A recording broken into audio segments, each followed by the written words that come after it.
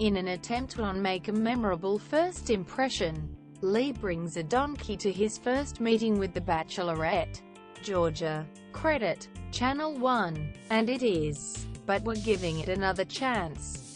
The Bachelor mansion has been vacuumed out and a busload of 16 single men has pulled up, all of them looking to impress one gal.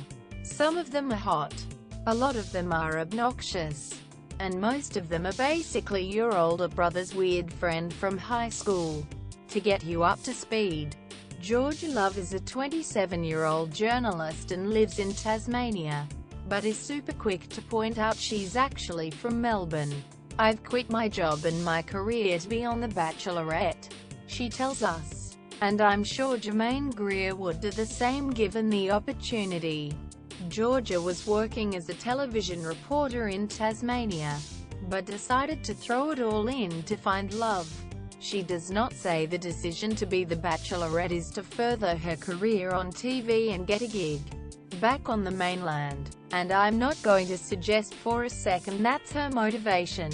While Georgia likes to continually point out she's left her media career behind, it doesn't stop her from talking like she's reporting live on the scene at the opening of a new Harvey Norman in Launceston. So, who are these remarkable young men Georgia traded everything in for? It's like being in Willy Wonka's chocolate factory. One of them describes the impending experience as, "Well, let's meet some of the boys inside that Willy factory." Ben's a 32-year-old miner from the Gong who should not stray too far from bathroom facilities.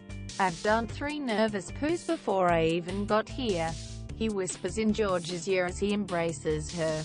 Next up is 29-year-old Reese who, after graduating from Hogwarts, went on to become an entrepreneur/model.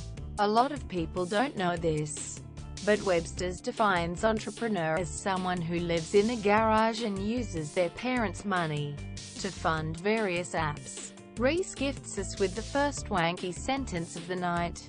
"My friends say it's not fair because I was born with good looks," he confesses. "I'm like, well, you know you can go to the gym too and do your hair nicer and dress nice."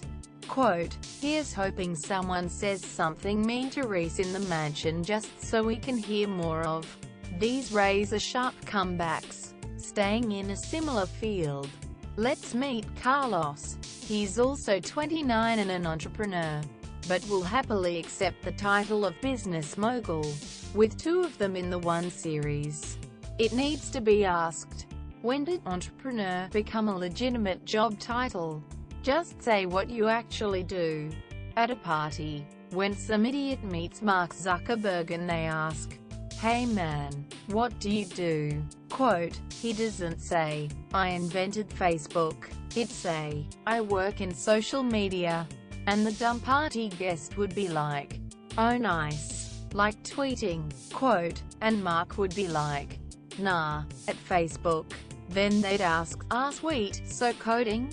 And only then, after a tedious build-up, would Mark perhaps mumble, "No, nah, like, I kinda came up with it," while scrunching up his nose and waving his right hand as if to shoo it away like it's no big deal.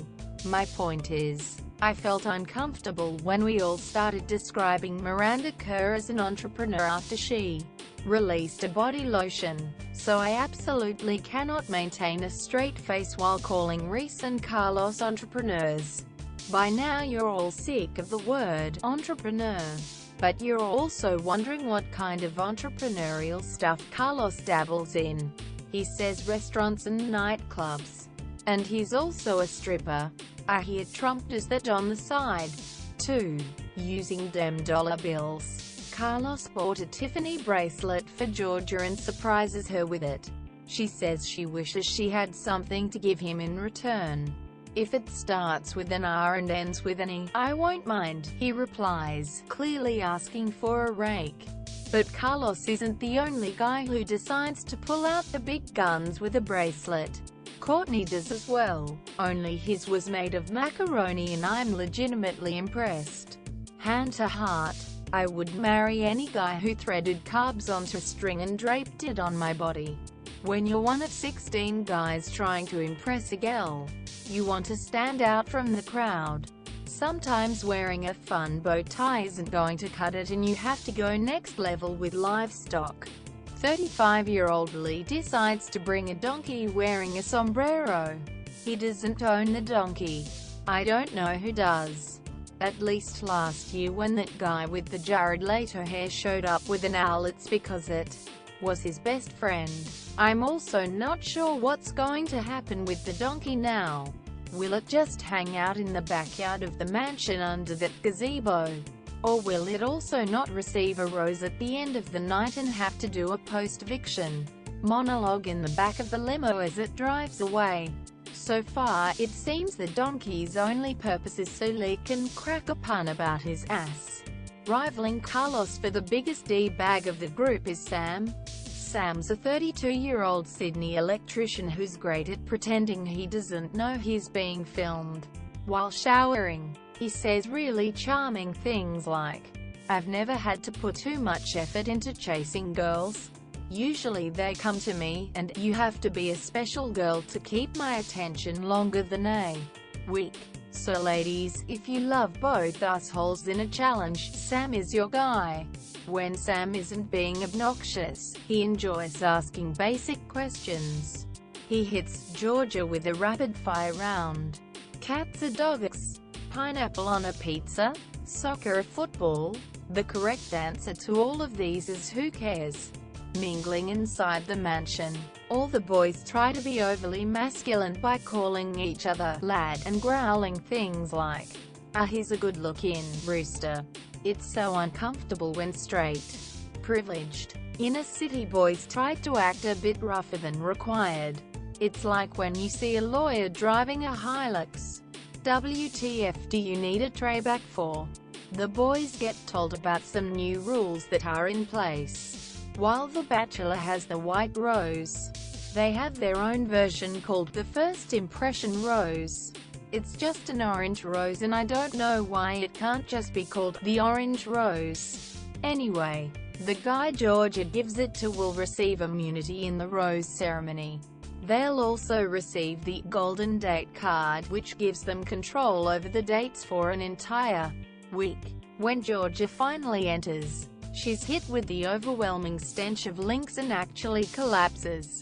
Direct quote, "Oh kill me now," when making her grand first appearance to the whole group of hopeful lovers. The Bachelorette. Georgia takes a big tumble. Credit, Channel 1, when she returns to consciousness. All the boys compete for one-on-one time with her and form a line-up like they're waiting to buy 3 for $30 DVDs at JB Hi-Fi on a Saturday. Then Reese kicks things up a notch by challenging the boys to a yoga off. To be honest, given his background in wizardry, it probably isn't a fair fight and I'm pretty sure I hear him whisper, "Wingardium Leviosa," under his breath. Even if you are a self-made magnate, it's all about being semi-humble and gradually leading up to the revelation that you're a total boss. While the other boys get hot and heavy doing downward dog on each other, Courtney jumps the queue and scores some one-on-one time with Georgia. When talk turns to work, he tells her he invented some medical wristband that saves children's lives. She's impressed and she gives him the orange rose stump. Like most boozy nights out with a bunch of straight boys, the party ends with someone getting a home haircut. When Clancy first met Georgia, he got her attention by handing her a beard trimmer and telling her to shave off his face pubes if she wasn't into them.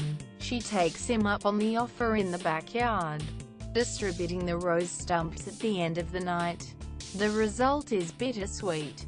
First up, we say goodbye to some guy. If a crime was committed and the cops showed me his picture, I'd have to tell them I've never seen him before in my life and it would be the honest truth. And Carlos is also sent packing. It's sad, but entrepreneuring isn't going to entrepreneur itself. You know what I mean. I think I read that in Richard Branson's memoir.